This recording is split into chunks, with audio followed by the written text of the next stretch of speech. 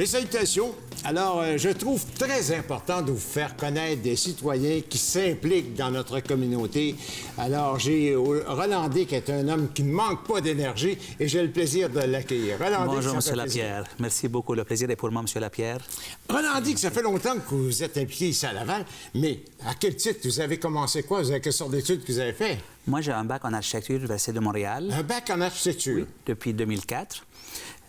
Puis depuis 1994, je m'excuse. Puis je travaille comme... J'ai un bureau d'architecture et de construction. Ah bon? Mais dans le domaine privé. On ne touche pas au public. Ah, c'est privé, vous? Oui, bon. On ne touche pas au public. Mais l'architecture, est-ce qu'il y a beaucoup de construction ici à Laval? Il y a pas mal de construction à Laval. Ça bouge partout au Québec. À Laval, ça bouge beaucoup, surtout la dernière décennie. On voit une nouvelle tendance, des gratte-ciels, des projets, nouveaux projets. Parlez-moi donc de tendance. C'est quoi la tendance actuellement? Toutes sortes. Il y a beaucoup de tendances maintenant, je pense, c'est la louer, locatif de nouveau, de retour à Laval. On le voit beaucoup en résidentiel, pas mal en construction commerciale, des gros projets. Donc, allez là, ça bouge Laval. Ça va être surtout des prolétaires? Oui. De plus en plus? Oui, c'est vrai.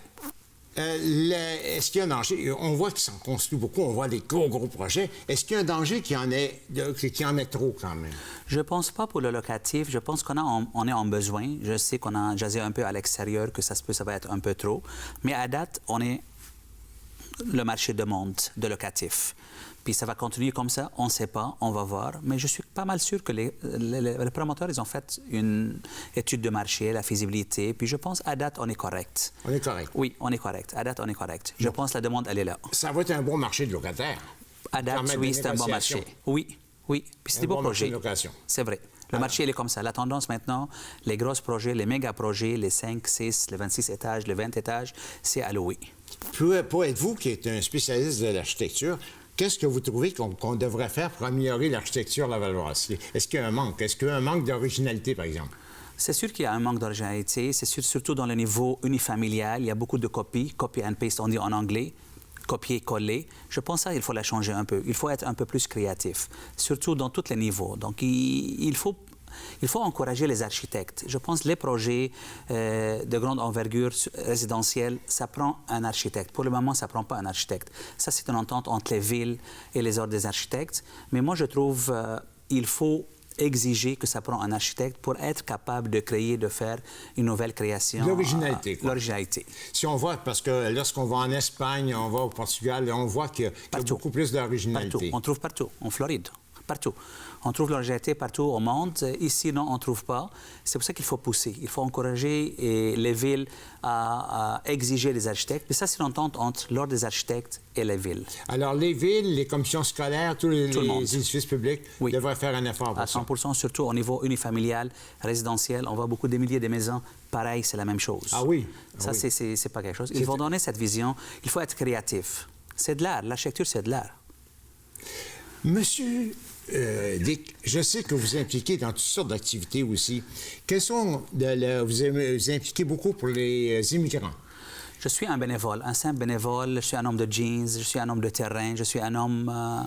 Dès mon arrivée ici, j'ai encouragé les jeunes à s'intégrer et s'adapter. Je parlais de ça, je parle tout le temps de ça, je donne beaucoup de conférences à nos jeunes. Il faut s'adapter et s'intégrer, il ne faut pas s'imposer. Moi, le Québec, personnellement, c'est moi qui ai choisi le Québec. Ah oui. Je ne peux pas arriver ici et s'imposer. Il faut que j'arrive ici et s'adapter et s'intégrer. On n'a pas besoin d'accommodement raisonnable. Mes enfants à la maison, les trois, j'en ai trois. Ma fille, elle a 21, mon fils, il a 18. Ma petite, elle a 15. Je suis un fier papa. Il parle strictement à la maison le français, le québécois. L'éducation en premier, à 100%. Premier temps. Oui, l'éducation en premier. Puis il faut garder ces valeurs-là. On a choisi le Québec pour ses valeurs. Je pense que vous êtes là depuis 1672. J'ai fait mes petites recherches. Oui. 1672, il y a des valeurs. On parle des centaines d'années. Donc, il faut garder ces valeurs. Il ne faut pas s'imposer. Donc, tous mes projets, c'était pour pousser et pour encourager l'intégration. Donc, tous les projets qu'on a faits, c'était avec Emma Québec. Je ne sais pas si tu te souviens. Oui. J'étais partenaire avec la Ville de Laval, un fier partenaire en 2010, en 2011, pour la plus grande collecte de sang lavalloise.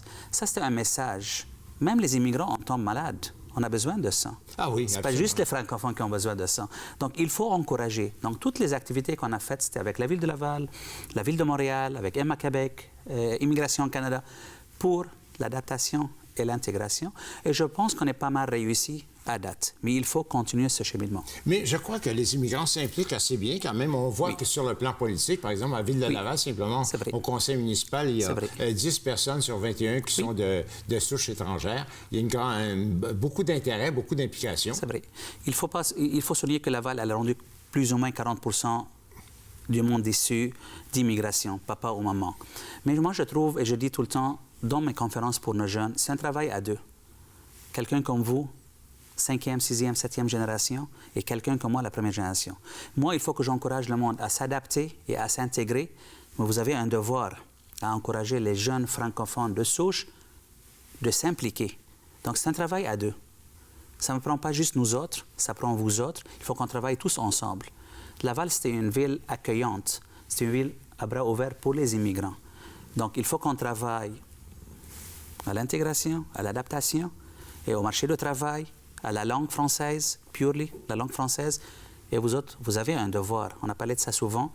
Il faut travailler sur les jeunes d'ici, de s'impliquer. On voit de moins en moins l'implication des jeunes dans la vie politique québécoise et lavalloise. Mais je crois que ça va assez bien dans ce sens-là.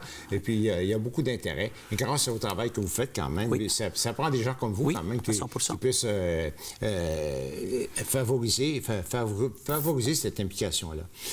Monsieur Dick, vous occupez aussi de beaucoup d'activités sociales.